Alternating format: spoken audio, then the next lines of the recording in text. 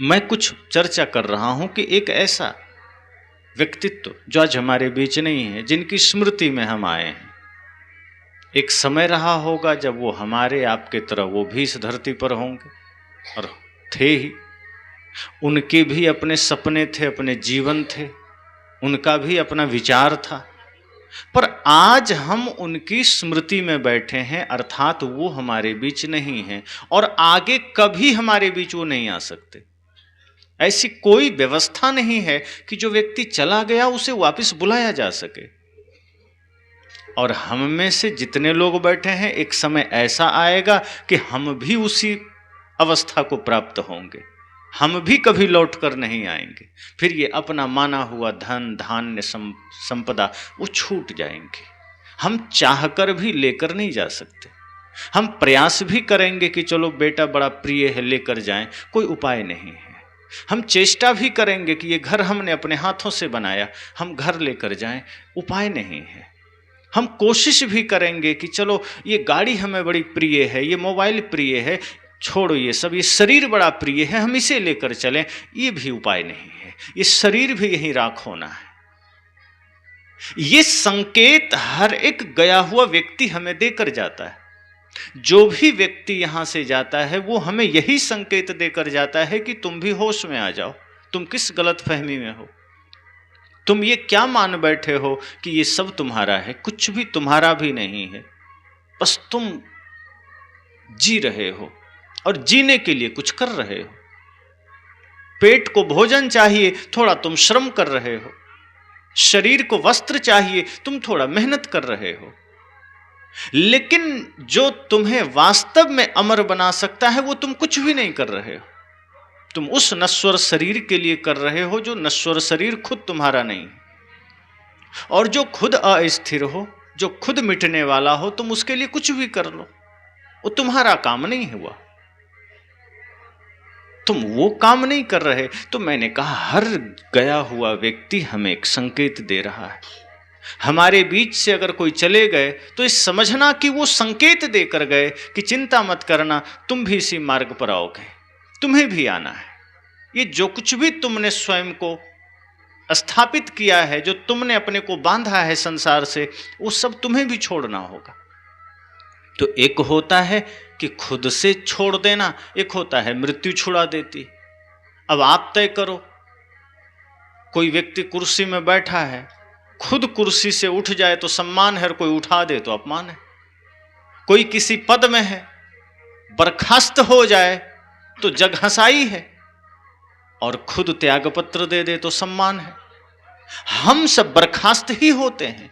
हम कभी खुद से अपने तन का मोह नहीं छोड़ते। हम कभी खुद से संसार के प्रति जो आकर्षण है वो नहीं छोड़ते। मृत्यु जबरदस्ती लात मार के छोड़ाती है कि बस चल, कान पकड़ के, अब तेरा समय हो गया। और तब भी हम रो रहे होते हैं कि प्रभु थोड़ा तो समय दे दो। तब भी हम यही कहते हैं भगवान से कि कृपा करना, थोड़ा तो वक्त दे दो। उम्र हो गई, मृत्यु निकट है, अब हम ये नहीं कहते कि ठीक ही है, अब चल ही दें, इस दुनिया में क्या रहना, जहां चारों तरफ माया का छलावा है, जहां चारों तरफ धोखा है, जहां छल है, क्या रहना, ठीक है अब चलते हैं। लेकिन नहीं, उस मरते वक्त भी हमारे भीतर यही ख्याल आता है कि प्रभु थोड़ा तो समय दे दो। और मान लो अगर हमें थोड़ा समय भी दे दिया जाए तो क्या करेंगे? भजन करेंगे। हम फिर वही प्रपंच करेंगे, वही माया, वही गाली गलौज, वही हिंसा, वही चोरी, वही डकैती, वही कपट। अगर हमें समय भी मिल जाए तो हम उस समय का सदुपयोग नहीं करते हैं। हम उस समय को धर्म परमार्थ में नहीं लगाते, नाम जप सुमिरन में नहीं लगाते, भूखे को भोजन, प्यासे को पानी में नहीं लगाते। फिर हम उस समय को भी पाप में ही लगाते हैं। तो हर एक गया हुआ व्यक्ति हमें एक संकेत दे रहा है कि तुम भी जाग जाओ, उम्र ढल रही है, समय निकट आ रहा है। आज हम किन्हीं की स्मृति में बैठे हैं, कभी हमारी स्मृति में कोई बैठेगा, ये तो तय है। और ये भी हो सकता है कि जो जिस पुण्यात्मा की स्मृति में हम हैं, उनका पुण्य था जो आज हम सब इकट्ठे हैं, हमारा पुण्य उतना ना हो कि हमारे पास कोई बैठने को भी ना मिले। हो सकता है हमारी मृत्यु ऐसी जगह हो जहां कोई अंतिम संस्कार करने वाला भी ना मिले। हम किस गलतफहमी में इस जीवन को जिए चले जा रहे हैं, किस मूर्छा में जिए चले जा रहे हैं। हमें लगता है ये सब मेरा है, सब मैं कर रहा हूं। संत जन कहते हैं कि एक एक व्यक्ति को इतना भ्रम हो जाता है कि ये घर मेरा, परिवार मेरा, मैं ना करूं। एक एक पिता को, बुजुर्गों को बड़ी गलतफहमी होती है कि मैं ना रहूं तो बेटे भीख मांगेंगे। कई पिता ऐसा कहते हैं कि मैं हूं इसलिए तुम बढ़िया खा पी रहे हो, मैं ना रहूं तो तुम भीख मांगोगे। और ये गलतफहमी से ज़्यादा कुछ भी नहीं। इस धरती पर जो कोई भी जन्म लेता है वो अपना दाना पानी लेकर आता है, कोई किसी को नहीं देता। एक पिता अगर कुछ देता है तो समझो उसी का उसको दे रहा है, वो अपना कुछ नहीं दे रहा। अपने भाग्य का आप किसी को नहीं दे सकते। ये अदला बदली बाहर होता है, भाग्य में नहीं होता। जो जितना लेकर आया है उसको वही मिलता है, जो अपना प्राप्त करके आया है वही मिलता है। इसलिए सदगुरु कबीर कहते हैं मेरा मुझ में कुछ नहीं, जो कुछ है सो तोर। तेरा तुझको सौंपता, तेरा ही था सौंप दिया।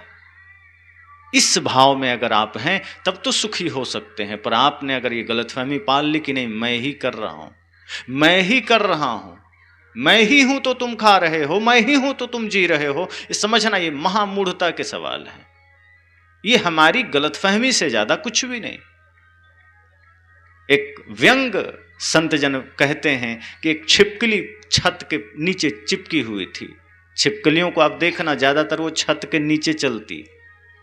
जहां किसी को आश्चर्य हो सकता है कि छिपकली वजन लेकर के, अपना शरीर का भार लेकर के छत के नीचे कैसे चलती। तो एक व्यंग है, एक संत ने मानो पूछा, कल्पना है, छिपकली से कहा कि अरे तुम दिन रात छत के नीचे क्यों लटकी रहती हो। तो छिपकली ने कहा कि तुम्हें पता नहीं है, अगर मैं हट जाऊं तो ये छत नीचे गिर जाएगी, मैं छत को संभाल रखी हूं। संत ने कहा कि तुम छत को संभाल रखे, फिर ये पिलर किस लिए बनाए गए। कहा तुम्हें नहीं पता, मैं हूं इसलिए छत टिकी है, मैं हट जाऊं छत गिर जाएगी। छिपकली हट गई। संत ने कहा कहां गिरी। तो छिपकली ने कहा कि हां अभी नहीं गिरी, फिर कभी गिरेगी। संत ने कहा कि बस तुम्हारी ही बात लोगों की है, जो तुम सोच रहे हो यही लोग सोचते हैं। लोग भी यही सोचते हैं कि मैंने ही घर को संभाल रखा है, मैंने ही इस समाज को संभाल रखा है, मैंने ही देश को संभाल रखा है, मैं ही बेटे को पढ़ा रहा हूं, मैं ही बेटे को खिला रहा हूं, मैं ही सब कुछ कर रहा हूं। ये मैं का बड़ा भयंकर बीमारी लोगों को लगा है, मैं ही कर रहा हूं। अगर मैं हट जाऊं तो परिवार रोड पर आ जाएगा। कई पिता को मैंने सुना है कहते हुए, वे कहता अरे मेरे रहते मौज कर लो, मैं हट गया तो सड़क पर भीख मांगोगे। और कई बार ऐसा देखा है कि पिता गुजर जाने के बाद वो बेटे और ज्यादा धनी हो जाते हैं, तो वो भीख नहीं मांगते। तो ये गलत फहमियां दुख का कारण है, और ये दिखाता है कि आप खुद को कितना धन से जोड़ रखे हो, कि आप खुद को कितना संसार से जोड़ रखे हो। और जितनी मात्रा में आपकी आसक्ति संसार से होगी, दुख उतना ही बढ़ता जाएगा। दुख का कारण और कुछ नहीं, आप स्वयं को संसार से कितना जोड़ते हो, स्वयं को माया से कितना जोड़ते हो, वही दुख का वजह बनता है। मोह सकल व्याधिन कर मूला। संत कहते हैं मोह सभी व्याधियों का मूल है, और तुम जितना संसार से स्वयं को बांधोगे दुख उतना बड़ा होगा। इसलिए ये गलतफहमी तो करना ही मत। ऐसे ही एक बैलगाड़ी जा रही थी और नीचे नीचे बैलगाड़ी के नीचे कुत्ता दौड़ा जा रहा था। तो बगल में एक कुत्ता ने कहा कि तुम बैलगाड़ी के नीचे क्यों चल रहे हो। उसने कहा मैं इस बैलगाड़ी को चला रहा हूं। तो उसने कहा फिर ये बैल क्या कर रहे हैं। कहा वो ऐसे ही दौड़ रहे हैं, मैं चला रहा हूं। कहा अच्छा तो तुम रुक जाओगे तो बैलगाड़ी का वो भी रुक जाएगी। कुत्ते को भी गलतफहमी हो गई थी। संजोग है कि कुत्ते को पड़ोस वाला कुत्ता ने कहा ठीक है तुम रुको, वो रुक गया। अब गजब की बात है, वो रुका तो बैलगाड़ी भी रुक गई। अब कुत्ते का अहंकार और बढ़ गया, कहा देखा मैंने कहा था कि इस बैलगाड़ी को मैं चला रहा हूं। तो बगल वाले कुत्ते ने कहा अच्छा अब तुम चलो तो देखते हैं ये बैलगाड़ी चलती है कि नहीं। संजोग की बात, कुत्ता चला, बैलगाड़ी भी चल पड़ी। अब तो कुत्ता और अहंकार से भर गया। अब तो कहा अब तो विश्वास हुआ। कहा नहीं अब एक बार और। कहा तुम विश्वास नहीं करोगे, ठीक है फिर रुक जाता हूं। वो फिर रुका, संजोग फिर बैलगाड़ी रुक गई।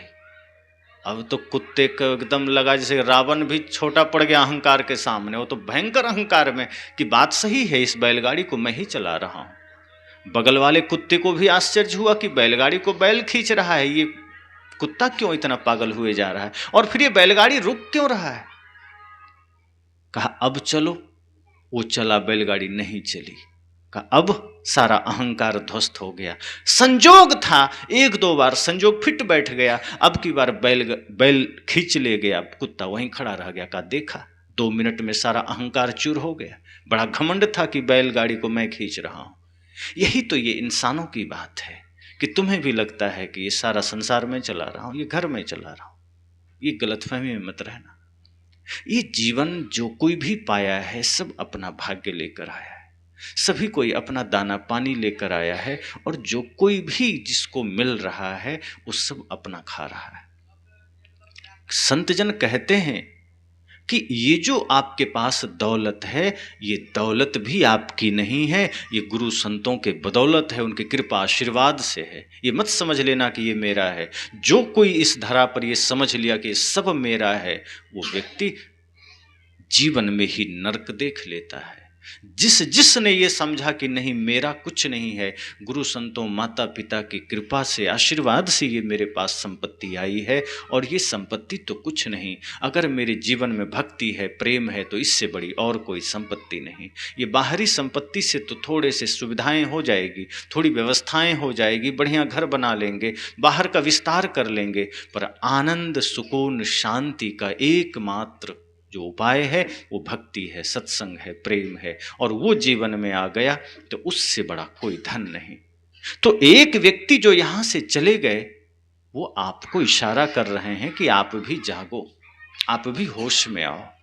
ये समय बड़ा कीमती है, अगर ये समय खो गया तो फिर हाथ में नहीं आना। अगर मृत्यु सामने खड़ी हो जाएगी तो फिर वो अंबानी की भी नहीं सुनेगी। ऐसा नहीं है कि कोई बहुत बड़ा धनपति है और मृत्यु आ जाए तो कहेगा ठीक है, चेक काट कर ब्लैंक चेक दे रहा हूं, थोड़ा रुक जाओ, तो मृत्यु मान जाएगी क्या?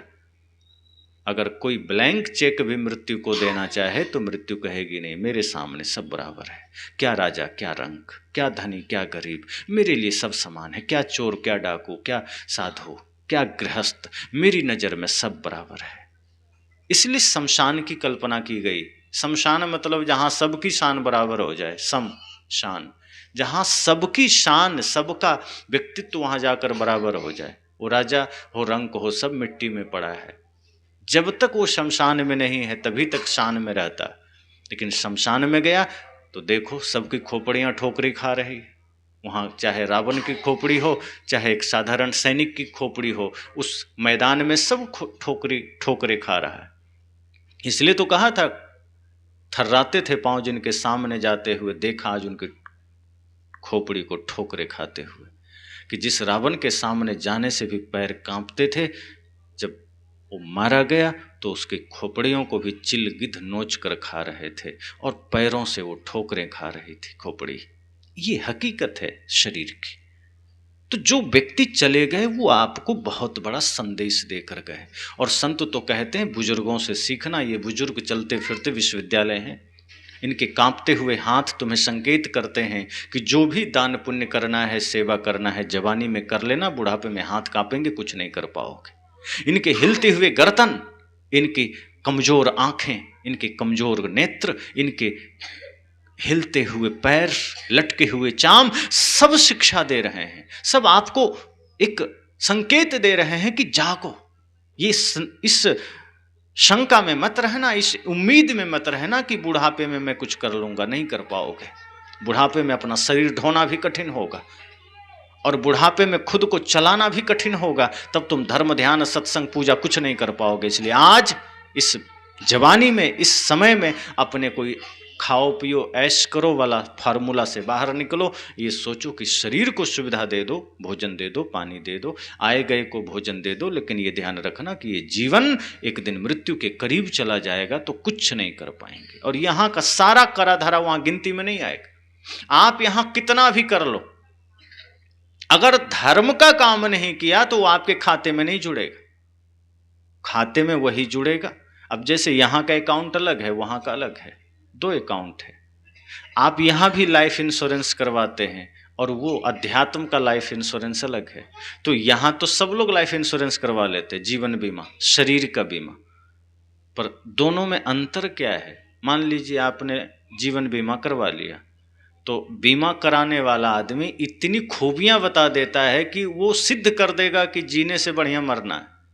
अब आप करवा ही लो, और करवा जब आप लेंगे तो किसको मिलेगा? मान लीजिए जो व्यक्ति बीमा करवाया वो गुजर गया, तो बीमा की राशि परिवार वाले को मिलेगा, उसको तो नहीं मिलेगा ना। तो आपने बीमा करवाया, वो आपको नहीं मिलेगा।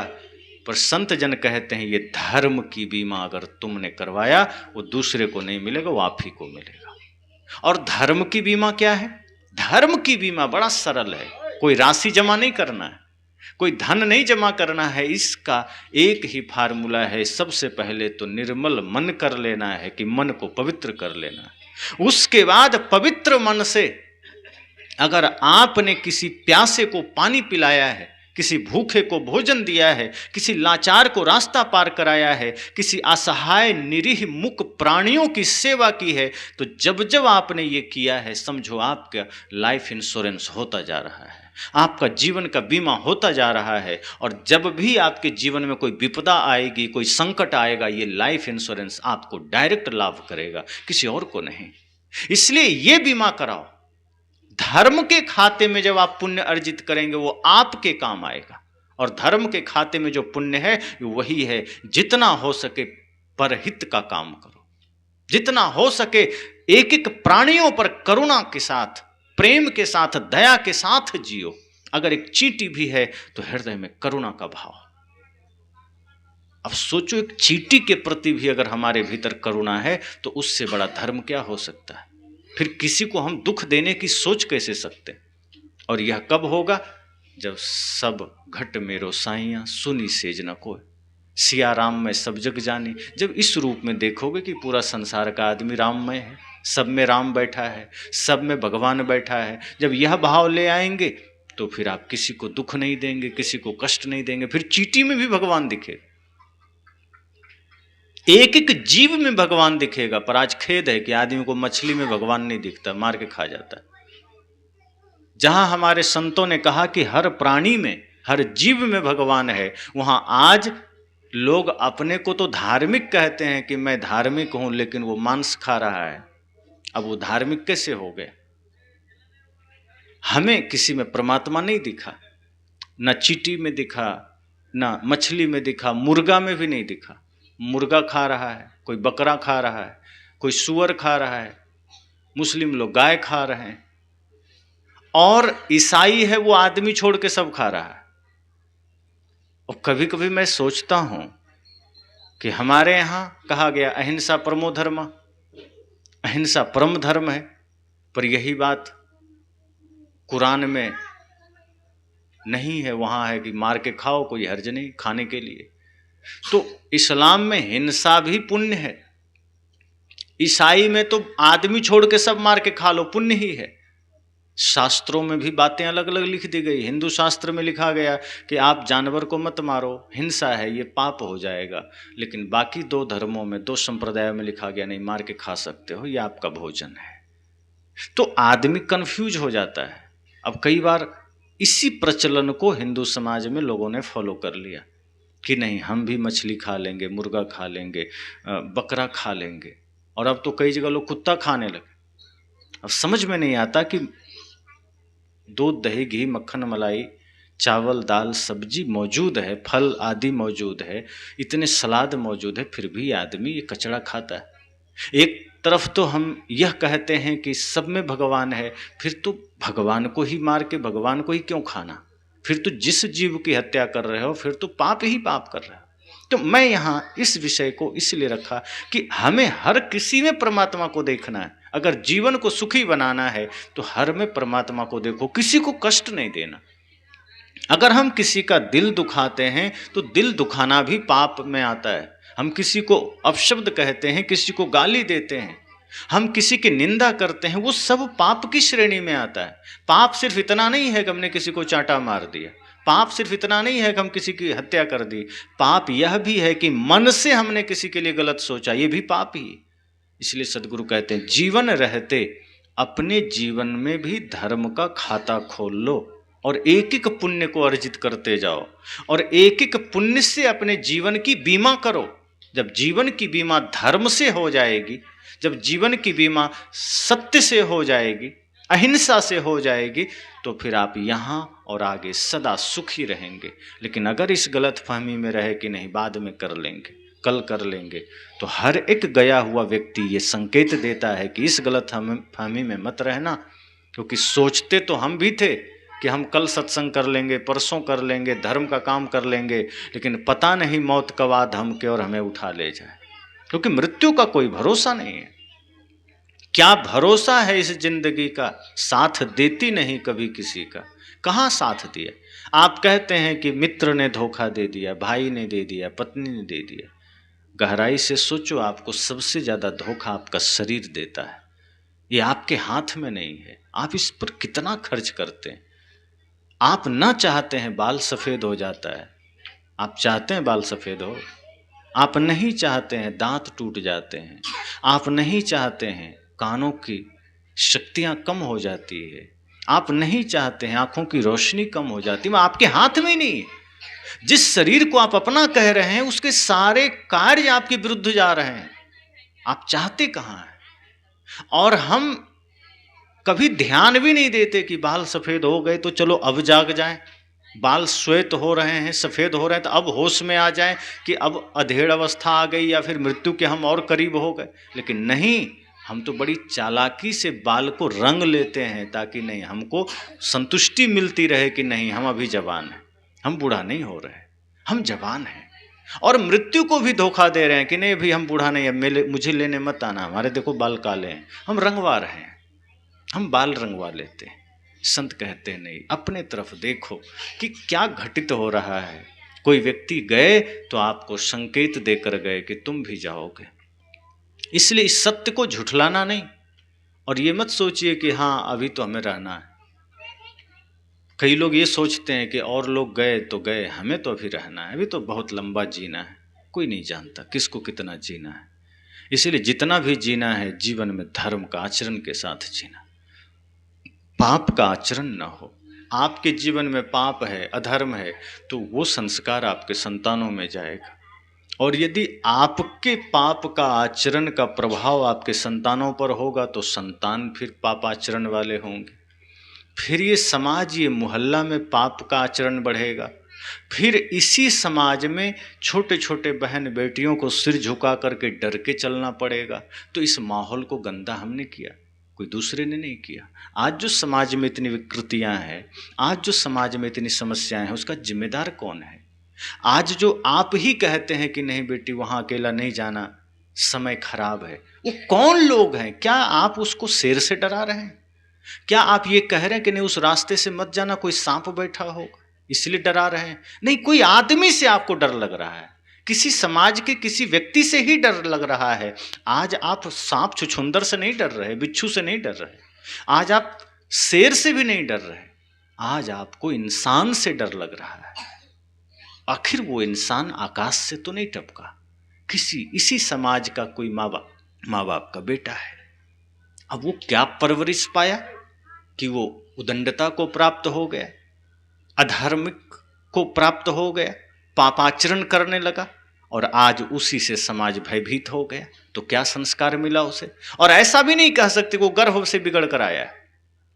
ऐसा कोई नहीं कह सकते कि हाँ वो बच्चा तो गर्भ में ही बिगड़ चुका था। अगर गर्भ में कुछ बिगड़ा भी तो आपके पास मौका है, जन्म से लेकर 5-6 वर्षों तक आप बच्चों को सुधार सकते हो। अगर 5 वर्षों के अंदर अंदर आपने सही संस्कार नहीं दिए तो उम्मीद कम रखना कि वो बाद में ठीक हो सके। और ज़्यादातर माता पिता तो यही सोचते हैं कि 5 साल का भी तो अबोध है, जब 8 साल 10 साल का हो जाएगा तो संस्कार देना शुरू करेंगे। लेकिन आप भूल में हैं। 5 वर्ष से पहले अगर आप इनको संस्कार नहीं दिए तो आप भूल जाइए। बांस जब तक कच्चा है आप चाहें तो उसका जो बना लो, धनुष बना लो, टोकरी बना लो, जिस दिन पक गया आपके हाथ से निकल गया, अब आप कुछ नहीं कर सकते। 5-6 वर्षों तक बालक कच्चे बांस की भांति है। आप चाहें तो उसको जो दिशा दे दें, चाहें तो श्रवण कुमार बना दें, चाहे तो भगत सिंह बना दे, चाहे तो चंद्रशेखर आजाद बना दे, लेकिन 5-6 वर्ष के बाद आप चाह लेंगे वो खुद लाचार हो जाएगा, नहीं बनेगा। फिर तो वो लादेन बनेगा, कसाब बनेगा, कंस बनेगा, रावण बनेगा, मेघनाद बनेगा। और इसके लिए जिम्मेदार सिर्फ माँ और बाप हैं, कोई दूसरा नहीं है। इसलिए संत कहते हैं जीवन में होश से जीना। ये जो समय मिला है कब छीन लिया जाए कोई नहीं जानता। और एक बात और, आप अपने जीवन को सिर्फ नहीं बिगाड़ते। कई लोग ये सोचते रहे मैं बिगड़ा हूं तेरा क्या। नहीं, ये गलतफहमी में मत रहिए कि मेरा जीवन बिगड़ा है। आप बिगड़ते हैं तो आप अपने बच्चों में वो बीज डालते हैं, और आपका बच्चा बिगड़ता है तो वो आगे वाली पीढ़ियों में वो बीज डालता है। आप इस भारत के, इस विश्व के एक इकाई का एक हिस्सा हैं, इस संपूर्ण मानव समाज का एक हिस्सा है। और एक समाज, इस पूरे समाज का एक हिस्सा में कोई खराबी आ जाए तो उसका असर अन्य पर भी होता है। फिर आप जिम्मेदार होते हैं समस्त बुराइयों के लिए, समस्त बिखराव के लिए। अब ऐसे भी आप एक मोटा उदाहरण से समझें।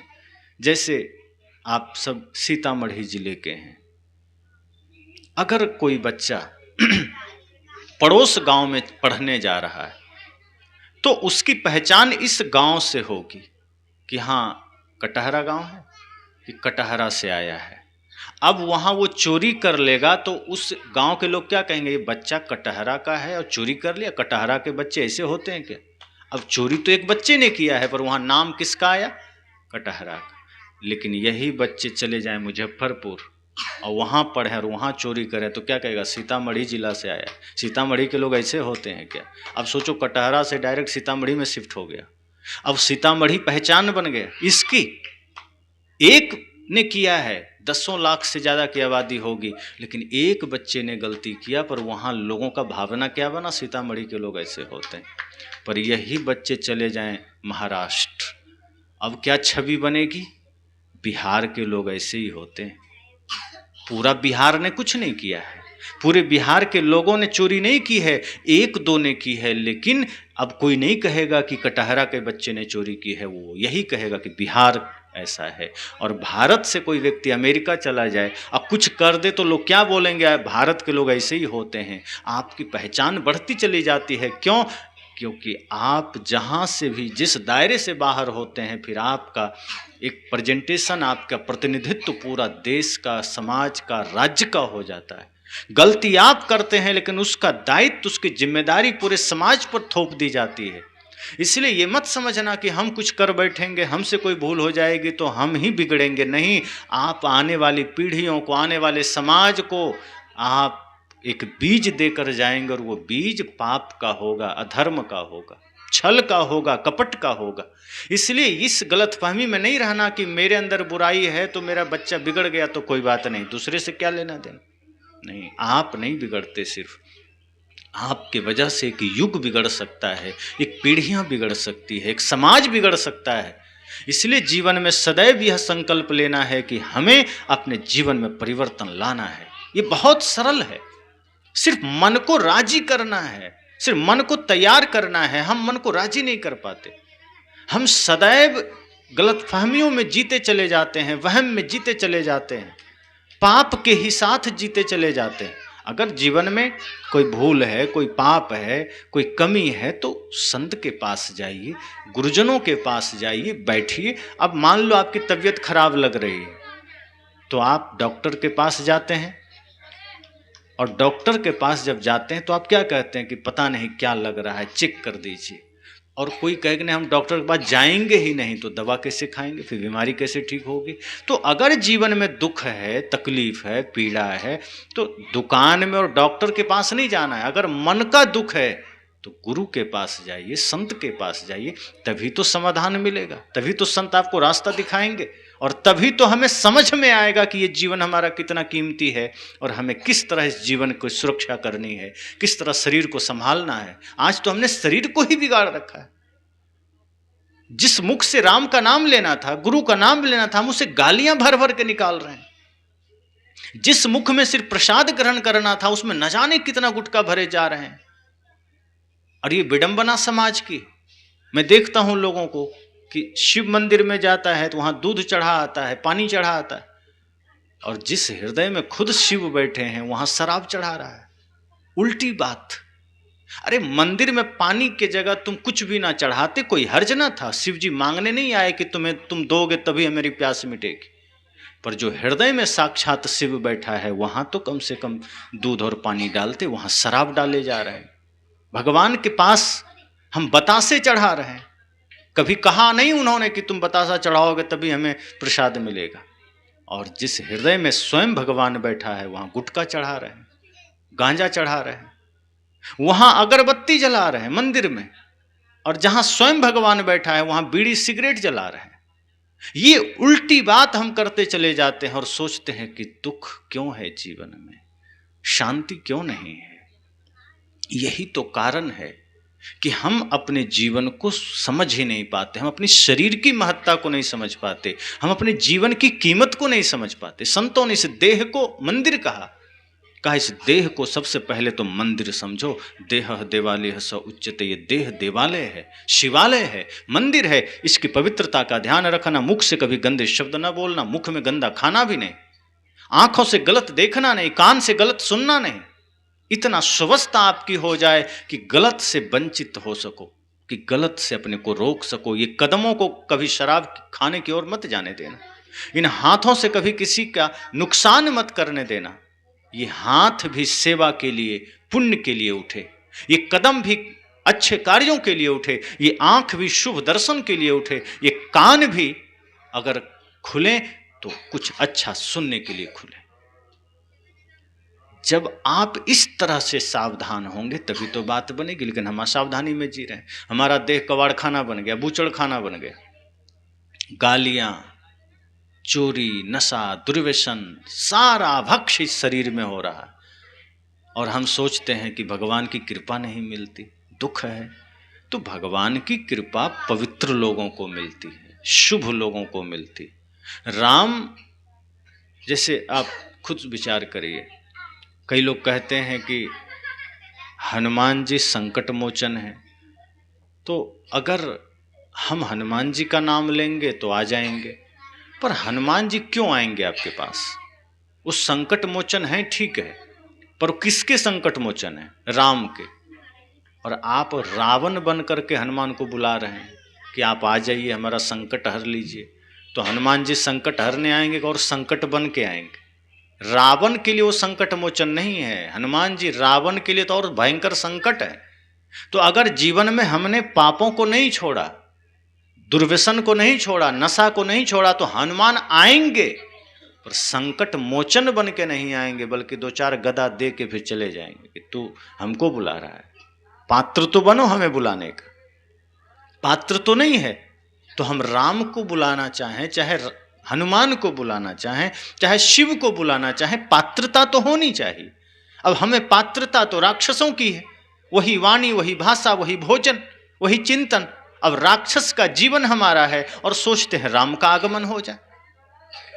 कूड़ा कबाड़ इकट्ठा कर दो, एक साधारण आदमी भी नहीं आएगा, तो राम कैसे आ जाएंगे? हमने अपने हृदय में वही किया है। सद कहते हैं समय कम है, होश में आओ। ये मत सोचो कि हम देह के साथ कुछ भी कर लेंगे और पाप करके फिर हमें कोई नुस्खा भी बता दिया जाता है। हम पाप पर पाप किए जा रहे हैं, छोड़ना नहीं चाहते, पाप पर पाप किए चले जा रहे हैं, अधर्म पर अधर्म किए चले जा रहे हैं। और किसी ने कह दिया चिंता मत करो, तुम जितना भी पाप करो मैं एक गुरु मंत्र देता हूं, जाप कर लेना, पाप कट जाएगा। अब हमें बड़ा सरल हो गया कि कोई दिक्कत नहीं, पाप छोड़ने की आवश्यकता नहीं है, सिर्फ नाम जपेंगे पाप कट जाएगा। किसी ने कहा मंदिर में सिर्फ सुबह एक बार चले जाना, पाप कट जाएगा। किसी ने कहा गंगा में डुबकी लगा लेना, पाप कट जाएगा। अब कई बार मैं सोचता हूँ गंगा से पाप का क्या लेना देना? अब गंगा में क्यों पाप धुल जाएगा भाई? और जितने लोग गंगा में पाप धोने जाते हैं और सारा पाप अगर गंगा में चला जाए तो गंगा को तो नर्क में जगह नहीं मिलेगी, सारा पाप उनके पास चला जाएगा। वो क्यों आपका पाप लेंगे? उन्होंने क्या बिगाड़ा है? आप गलती आप करो, पाप गंगा धोए। ये तो बड़ी गजब की बात है। ये तो ऐसा ही है कि पेट खराब आपका हुआ और दवाई पड़ोसी खाए। गलती हम कर रहे हैं, मूढ़ता हम कर रहे हैं और गंगा में जाके पाप धो आए।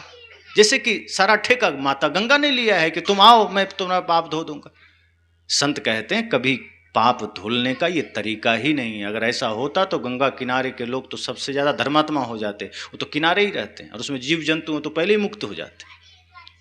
वस्तुतः जब तक हम पाप करना छोड़ेंगे नहीं, पाप कभी मिट नहीं सकता है। चोरी करना छोड़ना पड़ेगा, झूठ बोलना छोड़ना पड़ेगा, छल छोड़ना पड़ेगा, हिंसा छोड़नी पड़ेगी, और उसके बाद जब गुरु के बताए मार्ग पर चलेंगे तो पाप धुल जाएगा। लेकिन अगर पाप चलता रहा, झूठ चलता रहा, छल चलता रहा, नशा दुर्व्यसन चलता रहा, मांस चलता रहा, और सोचोगे कि हम राम नाम की चादर ओढ़ लेंगे, सोचोगे तिलक लगा लेंगे, कि गुरु का नाम जप लेंगे, कि गंगा में डुबकी लगा लेंगे और सारा काम बन जाएगा, तो नहीं, ये पाप पुण्य का कोई खेल हमारे बस की बात नहीं कि हम पाप करते जाएं और पुण्य में मिल जाए। पाप कर्मों से स्वयं को पहले मुक्त करना होगा। जैसे आपका बार बार आग में हाथ डालते हो और जल रहा है, तो आप पहले क्या करेंगे कि आग में हाथ डाले रहेंगे और कहेंगे कि हे अग्नि देवता हमको जलन से बचा लीजिए, तो बचा लेंगे। सबसे पहले आग से हाथ हटाना पड़ेगा और एक बार जो डाल चुके उसका जलन भुगतना पड़ेगा, लेकिन दोबारा कभी नहीं डालोगे तो कभी नहीं जलेगा, अग्नि देवता की पूजा की जरूरत भी नहीं पड़ेगी। पर हम यही तो करते हैं, हम आग में हाथ डाले हुए हैं और हे अग्नि देवता बचा लो। क्यों बचाने लगे? हाथ तो हटाओ पहले, पूजा की भी जरूरत नहीं पड़ेगी। हम गलत किए चले जा रहे हैं और सोचते गंगा हमारा पाप धो ले। ये तो बिल्कुल विपरीत बात है।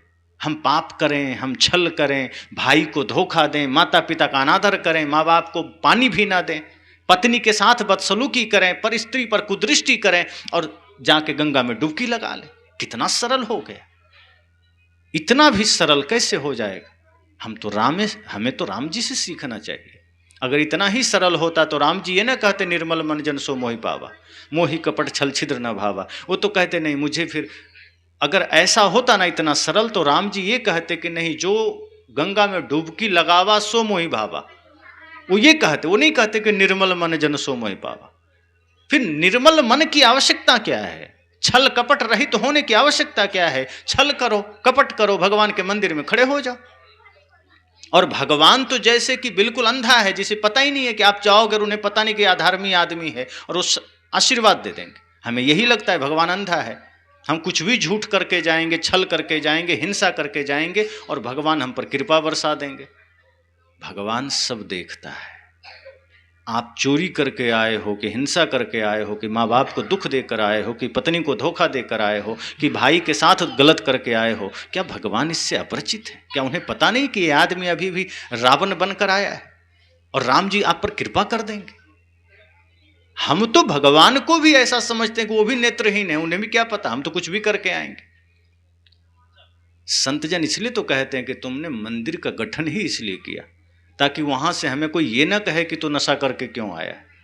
मंदिर बना ही इसलिए है, ज्यादातर आदमी को सुविधा होती है, क्योंकि वहां कुछ कोई कहता थोड़े है, भगवान उधर से कहते थोड़े कि तू शराबी है बाहर हो जा, कि मांसाहारी है बाहर हो जा, कि नशा करके आया बाहर हो जा। हमने मंदिर इसलिए बनाया, गुरुओं से हम दूर होते गए। पहले का समय था जहां भगवान भी गुरु के पास जाते थे, राम भी संत के पास जाते थे कुछ सीखने जानने, और आज हम संतों से दूर होकर मंदिर से जुड़ गए क्योंकि हमें सुविधा हो गई। मंदिर में कोई कहने वाला नहीं। आप किसी की हत्या भी करके चले जाओ तो मंदिर में कौन मूर्ति आपको कहेगा बाहर निकल तू हत्या करके आया है, तेरे को सजा देंगे, नहीं, वहाँ सब। और हमें ये सांत्वना मिल जाती है कि भगवान के मंदिर आ गए तो पाप तो आधा हो ही गया होगा। ये गलतफहमी मन में डाल दी गई कि कितना भी पाप करो मंदिर चले गए पुण्य मिल जाएगा। मंदिर जाना पुण्य नहीं है, जीवन को मंदिर बना लेना पुण्य है। इस गलतफहमी से जितना जल्दी निकलेंगे धर्म का जागरण हो पाएगा। हमें लगता है घर को हम कबाड़ खाना बना के, शरीर को हम बुचड़ खाना बना के 10 मिनट मंदिर में जाएंगे पुण्य हो जाएगा। कृष्ण कहते हैं नहीं, जब तक तुम अपने भीतर मंदिर तैयार नहीं करोगे, अपने मन को निर्मल नहीं करोगे, तब तक हृदय में ईश्वर का निवास नहीं होगा, तब तक भीतर में जो ईश्वर बैठा है उसकी पहचान नहीं होगी, तब तक तुम उसे बाहर खोजते रहोगे, बाहर भटकते रहोगे, मिलेगा कुछ नहीं। इसलिए जीवन में सतत जागृत होना है कि समय बड़ा कम है। अगर हम आज कुछ गलत करते हैं तो हम सिर्फ नहीं करते हैं, वो हम अपने बच्चों को भी दे रहे हैं, वो हम अपने संतानों को दे रहे हैं, वो हम अपने समाज में लोगों को भी दे रहे हैं, और हम फिर एक प्रेरणा बन रहे हैं दूसरों के बिगड़ने में। हम दूसरों के सुधरने में प्रेरणा नहीं बन रहे हैं। इसलिए जितनी भी उम्र मिली है, जितना भी समय मिला है, जागिए कि ये जीवन सिर्फ फालतू के कार्यों के लिए नहीं मिला, लड़ने के लिए नहीं मिला, झगड़ने के लिए नहीं मिला, पाप करने के लिए नहीं मिला, माता पिता गुरु का अनादर करने के लिए नहीं मिला। ये जीवन प्रेम से जीने के लिए मिला है, ये जीवन कुछ पुण्य करने के लिए मिला है, ये जीवन भक्ति के लिए मिला है। सब कुछ करते हुए भक्ति मन में बनी रहे, घर में रहिए, सारा काम करिए, जिम्मेदारी निभाइए, लेकिन ये ध्यान रहे कि संसार से हमें भी छोड़कर जाना है। एक दिन हमें भी चल देना है, हम सदा यहाँ नहीं रहेंगे। घर मकान दुकान सब छूटेगा। जिस चीज के लिए आज हम किसी की हत्या करने को उतारू हो जाते हैं, वो सब छूटना है। फिर हम इसके लिए इतना क्यों कर रहे हैं? उतना ही करो जितना धर्मयुक्त हो सके। अधर्म करके कोई काम न करो। अगर आप धन भी कमाना चाहते हैं तो अधर्म का मार्ग चुनकर नहीं कमाना, क्योंकि अतिरिक्त आप कुछ कमा भी लोगे तो क्या कर लोगे? मान लीजिए आपका घर बना है, ईमानदारी से अगर बना है, और कोई अधर्म करके 5 एकड़ में बना लिया तो क्या करेगा? वो रहेगा तो एक ही कमरे में। कोई ईमानदारी से 4 रोटी रोज खाता है, कोई अधर्म करके खूब व्यवस्था कर लिया धन का तो क्या करेगा? 50 रोटी तो नहीं खा जाएगा एक बार, खाना उसको भी उतना ही। कोई ईमानदारी से 2 जोड़ी कपड़े रखा है, कोई अधर्म करके 1000 जोड़ी कपड़े ले आएगा तो एक बार में क्या करेगा?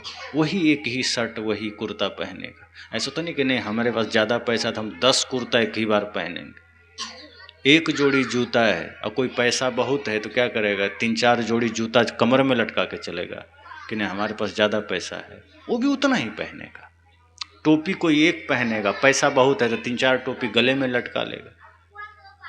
इस सब व्यर्थ की बात है, सिर्फ हमारे मन की लालसा है, आकांक्षा है, जो कि रावण के पास भी थी। वो भी संतुष्ट नहीं था, जितना था और हो जाए और हो जाए। कुबेर को भी बंदी बना लिया, मृत्यु को भी दासी बना लिया, और हो जाए, यहाँ से स्वर्ग तक सीढ़ी बना दूं, ये कर दूं।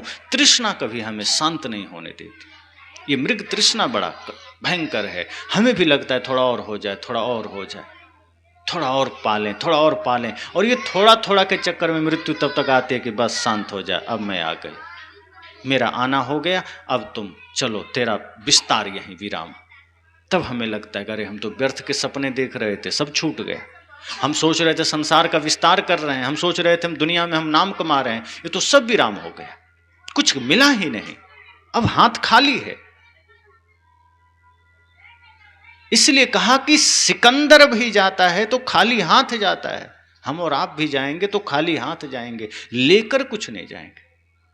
लेकिन अगर कुछ लेकर जाना है, वो पुण्य लेकर जाना, वो धर्म लेकर जाना। ये अधर्म को लेकर जाएंगे तो यहाँ तो कष्ट पाए, आगे भी नरक में जाना है, आगे भी दुख पाना है।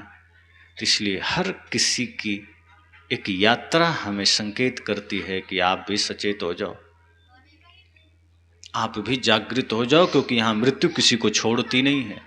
रावण ने भले ही मृत्यु को बंदी बना लिया था, पर अंत में उसी मृत्यु के गोद में जाना पड़ा। लोग कहते हैं ना कि रावण कंस जैसे लोग जब धरती पर चलते थे तो धरती कांपती थी। हिरण्यकश्यपु हिरण्याक्ष जैसे पापी आतताई जब धरती पर चलते थे, कदम रखते थे तो धरती कांपती थी, लेकिन धरती कांपती नहीं थी। वास्तव में धरती कांपती नहीं है किसी की, धरती हंसती है। धरती पर जब कोई इस तरह से आतंक फैलाता है तो धरती कांपती नहीं है, मुस्कुराती है, खिलखिला के हंसती है। और मानो वो पृथ्वी कहती है, वो धरती कहती है कि मेरा ही अंग होकर मुझ पर ही अकड़ रहे हो, चिंता मत कर, बहुत जल्द मुझ में ही मिल जाओगे, इसलिए सावधान हो जाओ। धरती कभी कांपती नहीं है, वो तो संकेत करती है कि मेरा ही तो अंश है, तू मुझसे ही बने हो, मिट्टी पानी आग हवा से। और जिस दिन प्राण निकलेंगे तो मुझ में ही समा जाओगे। वो धरती कांपेगी, वो धरती संकेत करती है कि सावधान हो जाओ, ज्यादा अकड़ना मत, ज्यादा घमंड मत कर लेना, अहंकार मत कर लेना। यहाँ बड़े बड़े लोगों का अहंकार मिट्टी में मिलते देखा है, तुम एक छोटे से जीवन में छोटे से रुपए के टुकड़े का क्या घमंड कर रहे हो, रूप का क्या घमंड कर रहे हो। यहाँ रूपवान को भी कुरूप होते देखा है, धनवान को भी यहाँ गरीब होते देखा है। ये वो धरा है जहां हर कुछ मिटता है, तुम किस गलतफहमी में जी रहे हो। बालू के घरवा में बैठे चेतत ना ही आयाना। सदगुरु कहते हैं ये तुम बालू के घर में हो, ये शरीर नहीं है। जैसे आप मुट्ठी में बालू भरो तो बहुत देर तक संभाल के नहीं रख पाओगे, थोड़ा थोड़ा करके वो गिरता रहता है और कुछ समय बाद वो धीरे धीरे सब बालू नीचे गिर जाएगा। सदगुरु कहते हैं बस शरीर वैसा ही है, थोड़ा थोड़ा करके ये मृत्यु के करीब जा रहा है और तुम्हें लगता है अभी तो हम जिंदा हैं, अभी तो हमें बहुत कुछ करना है। नहीं, ये धीरे धीरे मृत्यु के करीब जा रहा है। होश में आओ, वो काम करो जिसके लिए मानव जीवन मिला है, देह मिली है।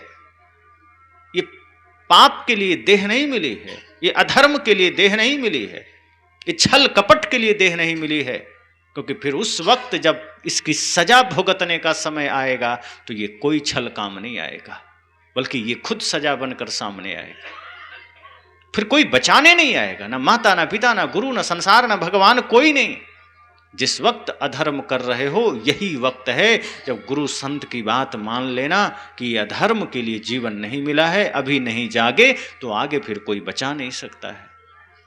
अगर अभी गुरु संतों की बात नजरअंदाज करके चल भी दिए पाप के मार्ग पर तो चल तो देंगे, शरीर में बल है, खून है, लेकिन ये वही बात होगी कि जैसे वस्तु का दुरुपयोग हम करते हैं उस वक्त तो कुछ नहीं, कोई नहीं बोलता, लेकिन जब उसका सदुपयोग करते हैं तो वो हमारे हित का होता है। जैसे किसी ने बंदूक खरीद लिया, अब बंदूक खरीद लिए, लाइसेंस ले लिए, कोई नहीं बोलेगा, लेकिन अगर उससे किसी की हत्या कर दिए तब आप पर मुकदमा हो जाएगा 302 के तहत, फिर आपको फांसी भी हो सकती है और अब कोई नहीं बचा सकता।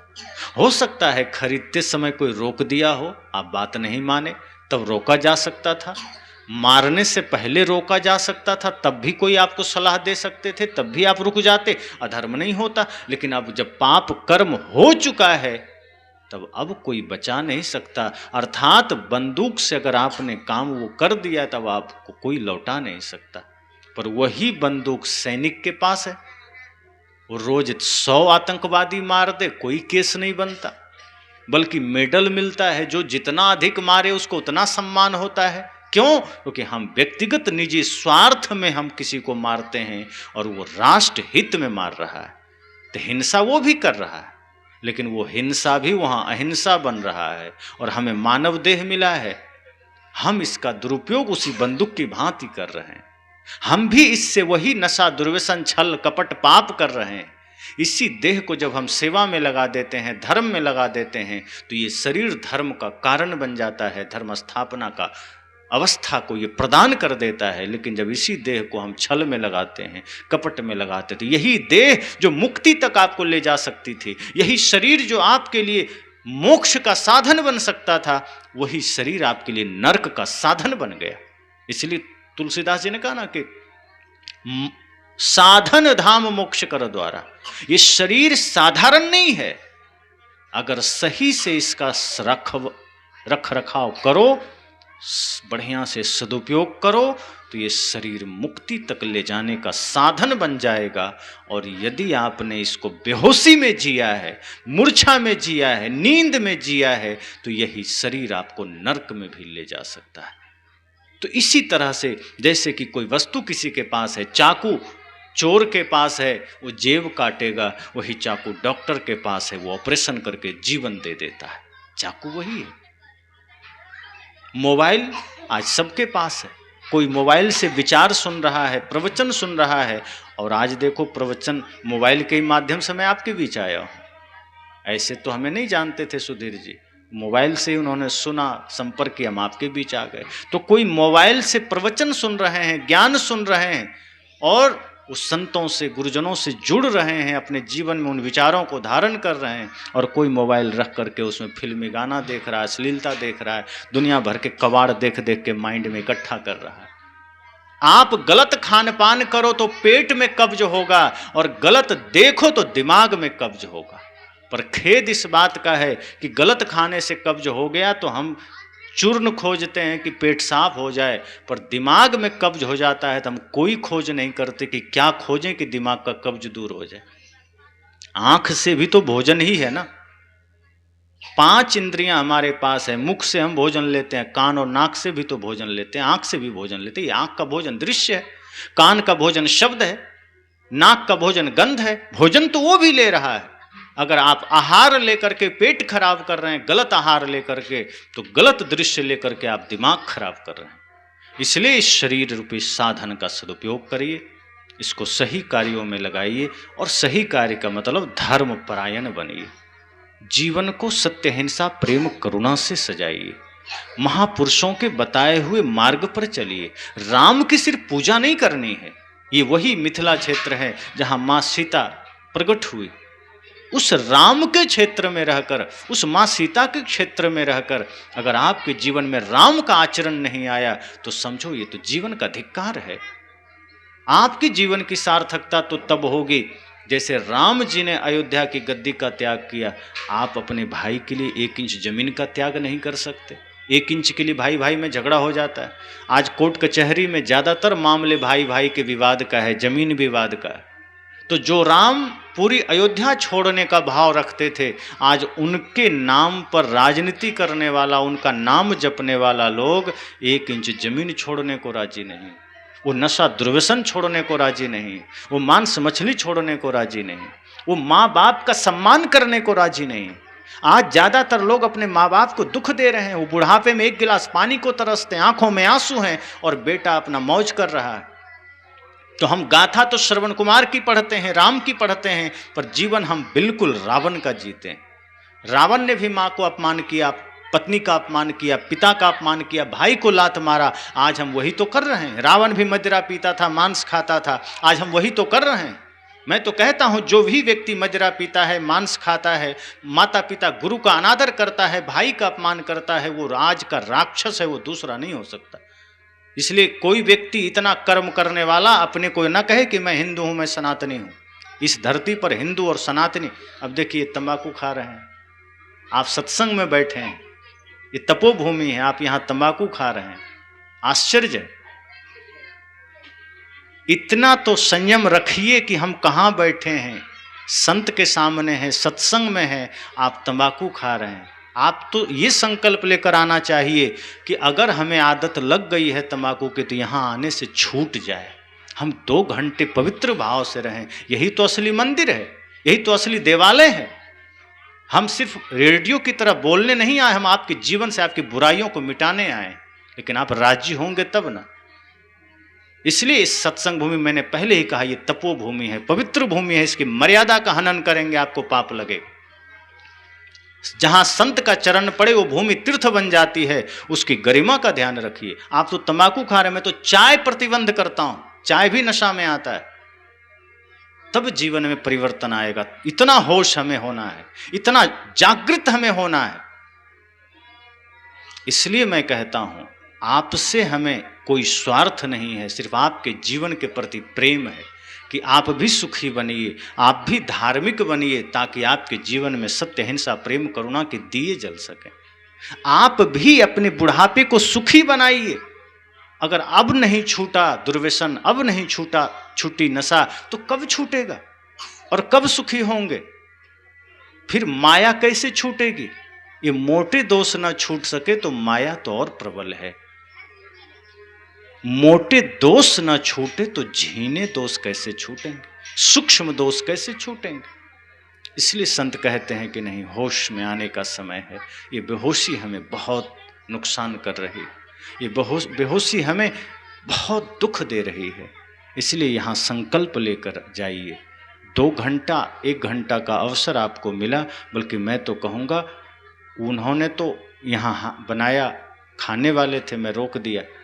पर अगर कोई व्यक्ति खाते होंगे, और भी निश्चय ही खाते होंगे, आप संकल्प लीजिए कि नहीं, ये नशा अब हमारे जीवन में नहीं आना चाहिए। मैं सत्संग में गया हूँ, संतों के पास गया हूँ, इस देह को मुझे मंदिर बनाकर लौटना है। अगर आपका देह मंदिर न बन सका तो आप जीवन में फिर कुछ नहीं कर सकते। और अगर अधर्म के पथ पर आप चलेंगे तो दुख आपको ही मिलेगा, पीड़ा आपको ही मिलेगी, पीढ़ियां आपकी ही बिगड़ेगी, बच्चे आपके ही बिगड़ेंगे। अब सोचिए कि जो पिता शराब पिए, सिगरेट पिए, तंबाकू खाए, वो अपने बच्चे को कैसे कहेगा कि तंबाकू मत खाओ? हो सकता है छोटा रहेगा नहीं खाएगा, लेकिन जब बड़ा होगा तो साथ बैठ के खाएगा। और पिता भीतर से क्या कहेगा कि नहीं, खाना तो नहीं चाहिए, पर बेटा कहेगा आप भी तो खाते हैं। एक शराबी पिता भी कभी नहीं चाहता कि उसका बेटा शराब पिए, क्योंकि शराब गलत चीज है। अगर सही चीज होती शराब तो पिताजी खुद शराब लेकर आते, घर में सबको बांटते कि लो एक गिलास तुम भी ले लो, तुम भी ले लो। जैसे आप नारियल पानी लाते हैं, जूस लाते हैं, मिठाई लाते हैं, सबको देते हैं, दूध लाते हैं, सबको देते हैं। लेकिन शराब कोई भी लेकर आता है, चुपके से कोना में जाके पी के सो जाता है, किसी को नहीं देता। अगर अच्छी चीज है सबको दीजिए ना। तंबाकू बढ़िया चीज है तो सबको बांटिए। अभी देखिए सबको जलपान बांटा गया, तंबाकू भी लीजिए भैया, थोड़ा आप भी ले लीजिए, थोड़ा आप भी लीजिए, थोड़ा इधर भी बढ़ा देते, संत लोग भी देख ही लेते कम से कम। पर नहीं, जो गलत है वो गलत है, हर समय गलत है। और आप भी जानते हैं वो गलत है, क्योंकि आप खुद नहीं चाहेंगे आपका बेटा तंबाकू खाए, आपका बेटा शराब पिए, आपका बेटा सिगरेट पिए। क्यों? क्योंकि आपको पता है गलत चीज है। पर ठीक है, आदत हो जाती है, कुसंग के बस दोष आ जाते हैं, पर छोड़ने का संकल्प भी तो होना है। और ऐसा कुछ नहीं इस धरा पर जो हम छोड़ना चाहे और ना छूटे। सब कुछ छूट सकता है, संकल्प मजबूत होना चाहिए। कई बार आदमी कहता है क्या करें, बहुत कोशिश करते हैं, छूटता नहीं है। जिस दिन ये जान लेंगे वो जहर है, छूट जाएगा। एक आदमी ने कहा तंबाकू हम छोड़ना चाहते हैं, पता नहीं छूटता नहीं है, कैसे छोड़े? क्रोध से मुक्त होना चाहते हैं, क्या उपाय करें? तंबाकू से मुक्त होना चाहते हैं, जुआ से मुक्त होना चाहते हैं। मैंने कहा सोचने की जरूरत नहीं है, जिस घड़ी आप जान लेंगे ये विष है, आप फेंक देंगे खुद ही। पर आप उसको विष नहीं मान रहे हैं, आप उसको पाप नहीं मान रहे हैं, इसीलिए आप छोड़ नहीं पा रहे हैं। अब जैसे अभी आप बैठे हैं और किसी के गोद में अभी करैत सांप गिर जाए तो क्या लोगों से पूछेगा कि गिर गया है क्या करें, इसको फेंकें कि रखें? कोई पूछेगा? वो झटके में हाथ से मारेगा, चाहे जो हो जाए, कि फेंक दें, क्योंकि ये काट लेगा। क्यों? क्योंकि आपको पता है ये जहर है, इसमें ये काटेगा तो मर सकते हैं। तब आप पूछेंगे नहीं किसी से कि फेंकें कि रहने दें। इसी तरह जिस दिन आपको ये आभास हो जाएगा कि ये चाय विष है, ये नशा, तंबाकू, बीड़ी, गुटखा, शराब विष है, आप किसी से नहीं पूछेंगे। बस वो समझना भर है कि ये देह मंदिर है और इस मंदिर में हम क्या चढ़ा रहे हैं। मैंने अभी कहा ना कि भगवान के मंदिर में हम बतासा चढ़ाते, और अपना शरीर जो भगवान का बनाया हुआ है, जिसको हमने बनाया वहाँ बतासा, और जिसको स्वयं भगवान ने बनाया वहाँ क्या? बीड़ी, गुटखा, सिगरेट, खैनी। इसी सत्य को समझने के लिए सत्संग है। सत्संग को गंभीरता से लीजिए कि कुछ घड़ी का भी सत्संग हो, सत्संग होता है, वो तपोभूमि होता है।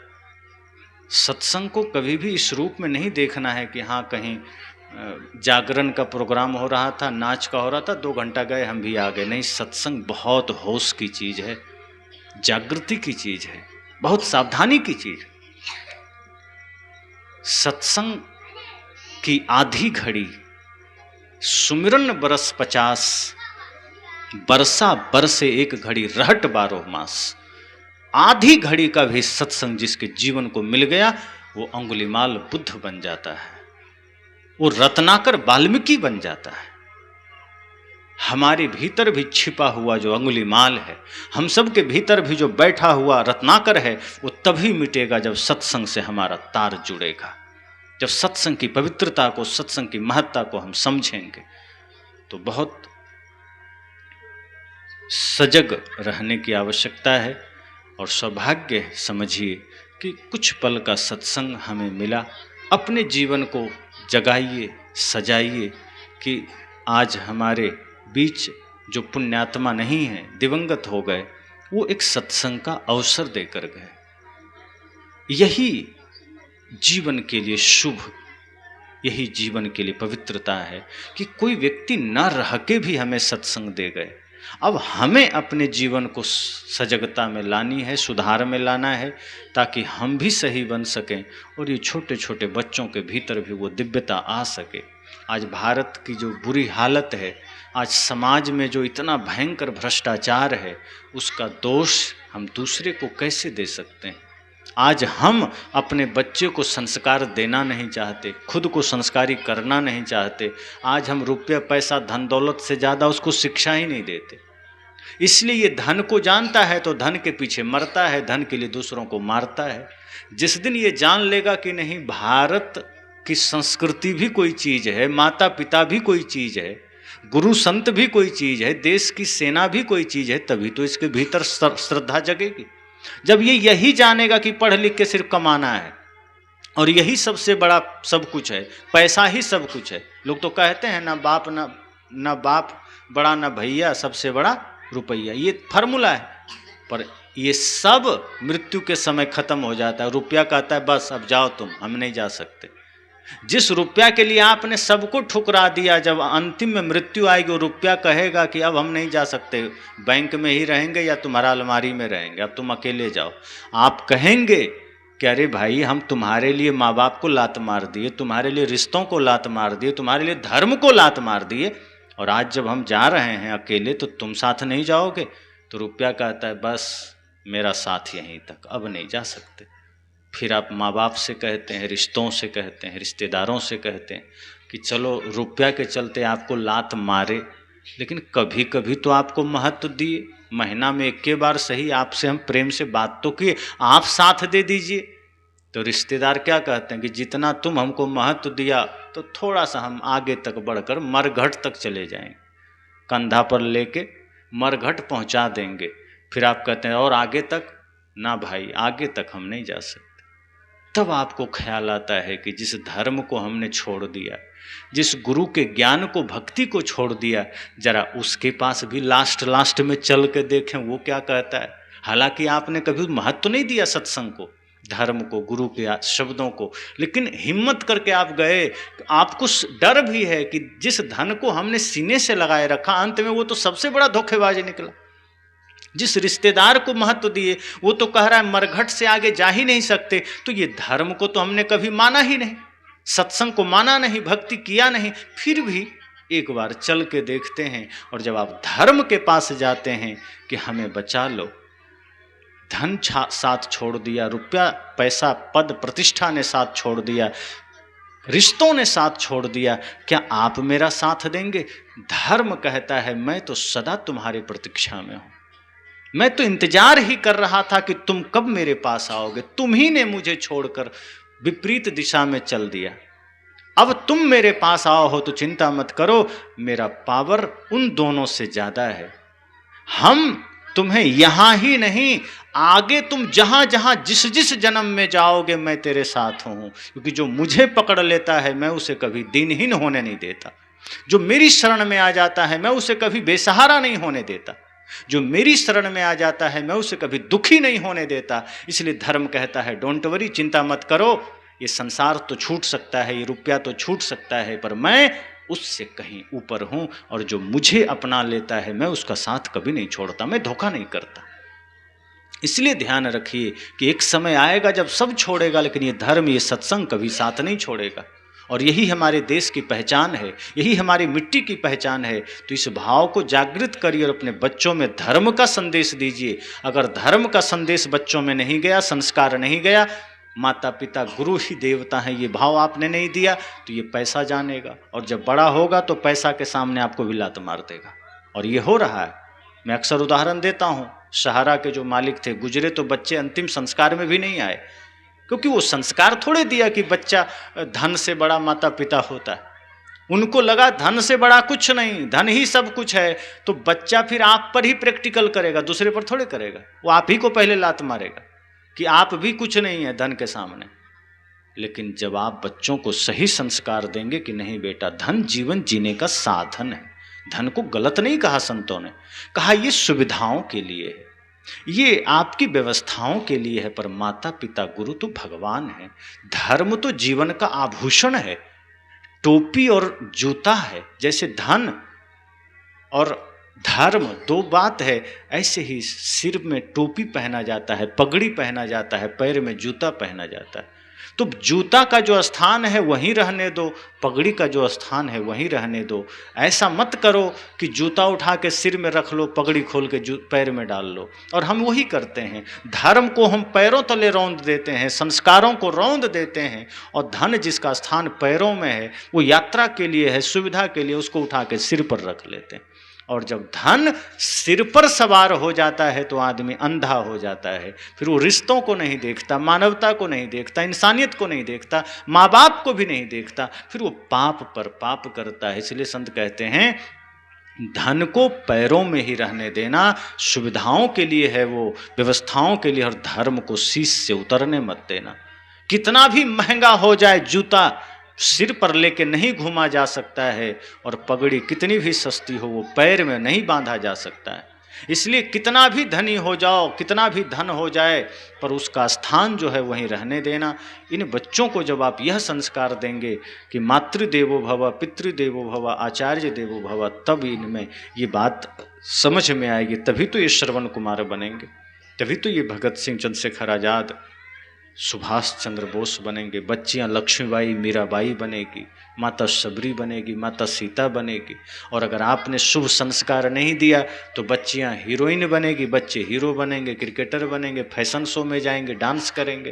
फिर वो कहाँ ध्यान करेंगे, कहाँ सत्संग करेंगे, कहाँ मानवता की बात करेंगे, कहाँ वो परहित करेंगे? नहीं करेंगे। आज आपके हाथ में है, आप अपने बच्चों को किस मार्ग पर भेजना चाहते हैं। अगर अपने जीवन को आपने गंदा किया है, अपने मन को गंदा किया है, तो वो गंदगी आपके बच्चों में जाएगी, और वो बच्चे भी फिर अधर्म के मार्ग पर चलेंगे। फिर बुढ़ापे में आपको भी रोना है, समाज को भी रोना है। इसलिए यह सत्संग आपको जगाता है, होश में लाता है।